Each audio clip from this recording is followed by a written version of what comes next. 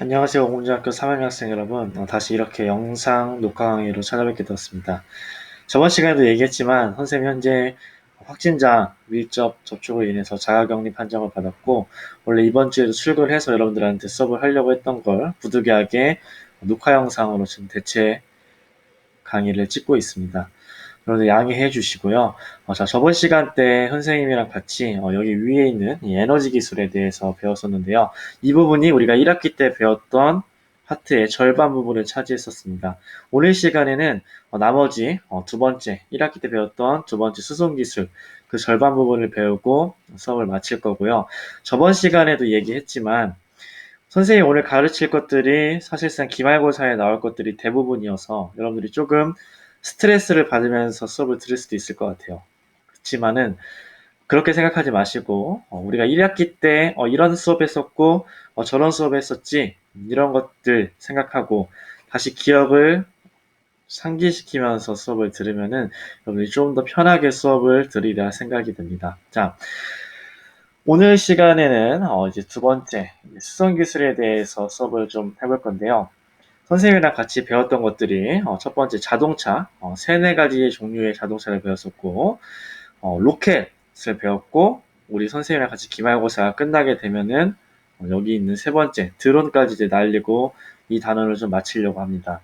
자, 첫 번째 우리가 자동차를 나가기 전에 선생님이 저번에 이거를 얘기를 하면서 저번 녹화 영상 때 이 부분을 얘기를 하면서 수업을 마쳤던 것 같아요. 에너지 기술.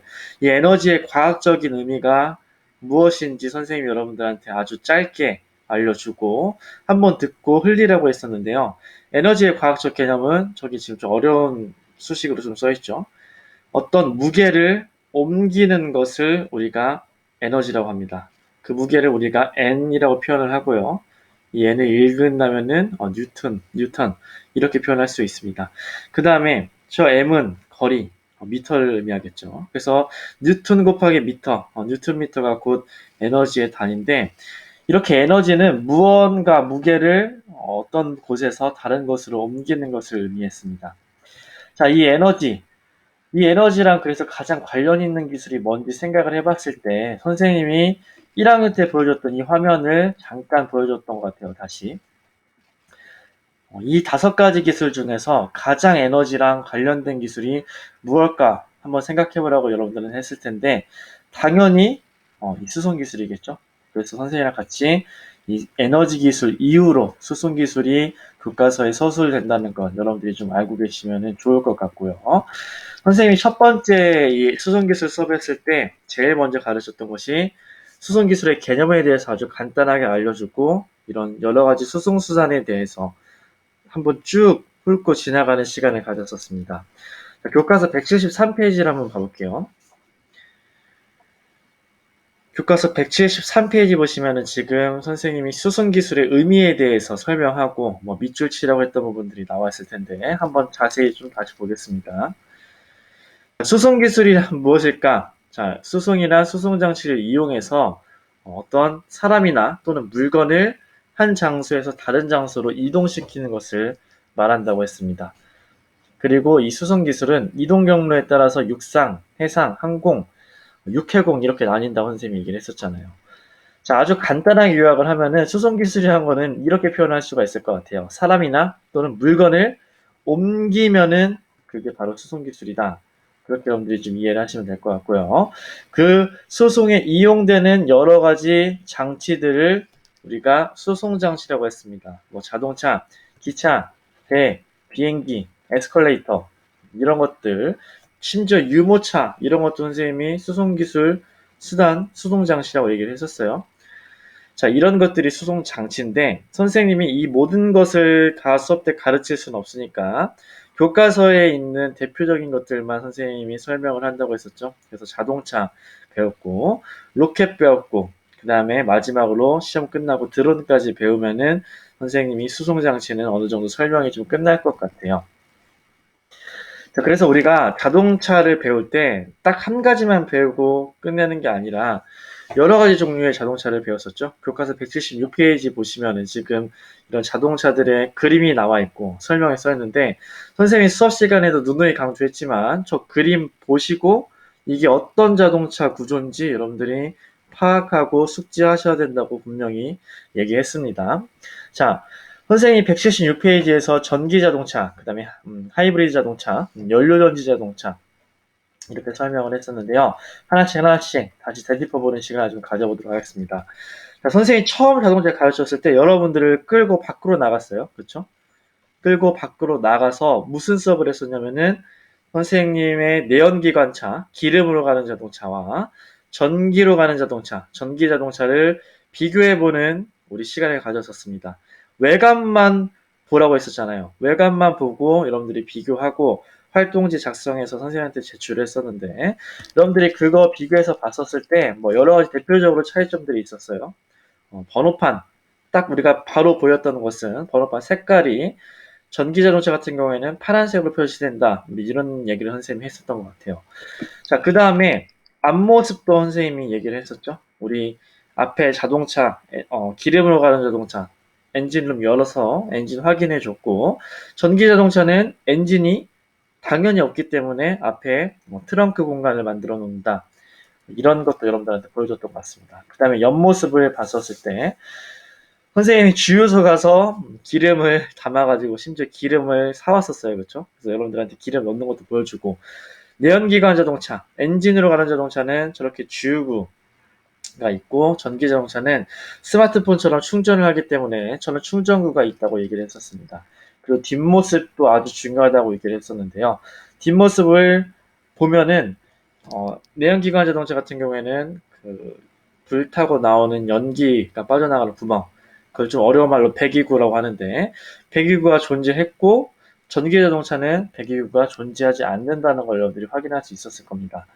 자, 이 기름차와 전기차, 우리 기름차를 좀 더 어려운 말로 표현하면 내연기관 자동차라고 했는데요. 둘은 비슷하게 생긴 것 같지만은 사실은 움직이는 원리가 완전히 다릅니다.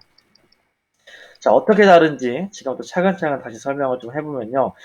설명했었잖아요, 이미. 자, 기름으로 가는 자동차 같은 경우에는 앞부분에, 자동차 앞부분에 엔진이라는 것이 존재를 했고, 이 엔진이라는 것은 구체적으로 보면 이렇게 생겼다고 했어요. 여기에 공간에, 저 불에 있는 공간이 폭발을 하면은 불 아래쪽에 있는 장치가 내려가고 왔다 갔다 하면서 이거를 아래쪽에 있는 링크랑 연결시켜서 회전력을 만들어낸다고 했죠. 그래서 이렇게 여러 개를 설치를 하고 여러 개를 설치하면 이제 훨씬 회전력이 빨라지겠죠. 여기다가 회전하는 곳에 바퀴를 달아서 움직이는 것이 선생님이 내연기관 자동차, 기름으로 가는 자동차라고 얘기를 했었습니다. 자, 그래서 이 구조를 여러분들이랑 같이 살펴봤고 교과서에서는 어떻게 표현됐는지 우리 175페이지 선생님이 이 부분 빨간 박스 치고 추진장치라고 표현된 저 용어가 곧 엔진이다. 이게 기름으로 가는 자동차, 내연기관 자동차의 심장과 같은 곳이다. 그런 얘기를 좀 했던 것 같아요. 자, 이렇게 기름으로 가는 자동차를 가볍게 살펴보고 정작 중요한 거는 교과서 176페이지에 있는 이 세 가지라고 얘기를 했던 것 같습니다. 자, 하나씩 뜯어보면요. 일단은 선생님이 첫 번째로 가르쳤던 게 바로 교과서 176페이지 두 번째에 있는 전기자동차였어요. 자, 전기자동차가 움직이는 원리는 아주 간단하다고 했죠. 우리가 선풍기를 해체해봐서 알지만은 선풍기 안에는 저 전동기, 영어로는 모터라고 하는 저 부분이 존재를 합니다. 우리가 저 모터는 전기를 집어넣으면은 돌아간다는 것을 실제로 만들어서 아주 간단하게 만들어서 확인을 했고요. 그 돌아가는 회전축에다가 저 프로펠러를 설치를 한 것이 우리 선풍기다. 그런 얘기를 했던 것 같아요. 자, 근데 전기 자동차는 이 모터를 그대로 차에다가 갖다 놓고 저 프로펠러를 뭘로 바꾸냐? 바퀴로 바꿔서 바퀴가 떼굴떼굴떼굴 굴러가면은 그걸로 우리가 움직인다. 그런 얘기를 했었죠. 자, 근데 이것만 있어서 자동차가 절대 움직이지 않겠죠. 전기 자동차는 모터도 있고 바퀴도 있긴 해야겠지만은 반드시 전기를 공급해 줘야 되는 장치가 있어야 된다고 얘기를 했습니다. 자, 생각을 해볼게요. 지금 우리 움직이는 물체예요. 움직이는 물체인데 저렇게 콘센트를 꽂아가지고 전기를 흘려보낼 수 있을까요? 움직이는 장치에서? 있다고 했잖아요. 그쵸? 있다고 말했습니다. 선생님 수업 때, 온라인 수업 때. 우리 기차, KTX나 SRT를 생각해보면은 위에 전선이 있고요. 그 전선에서 계속 전기를 공급해주고 기차가 이 전선을 따라서 쭉 이동한다. 그래서 우리 기차역에는 절대 풍선이나 낚싯대 같은 거 갖고 가면 안 된다고 얘기했죠. 굉장히 높은 전압이 흐르기 때문에 닿는 순간 바로 죽을 수 있다. 그런 얘기를 했었습니다.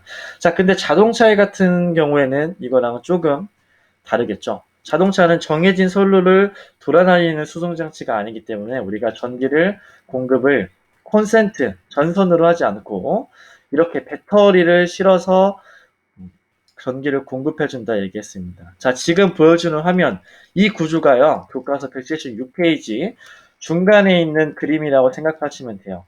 지금 176페이지를 좀 더 자세히 보시면 축전지라고 써있는데 이 축전지는 건전지, 축 모양의 건전지다. 선생님이 그렇게 얘기를 했었어요.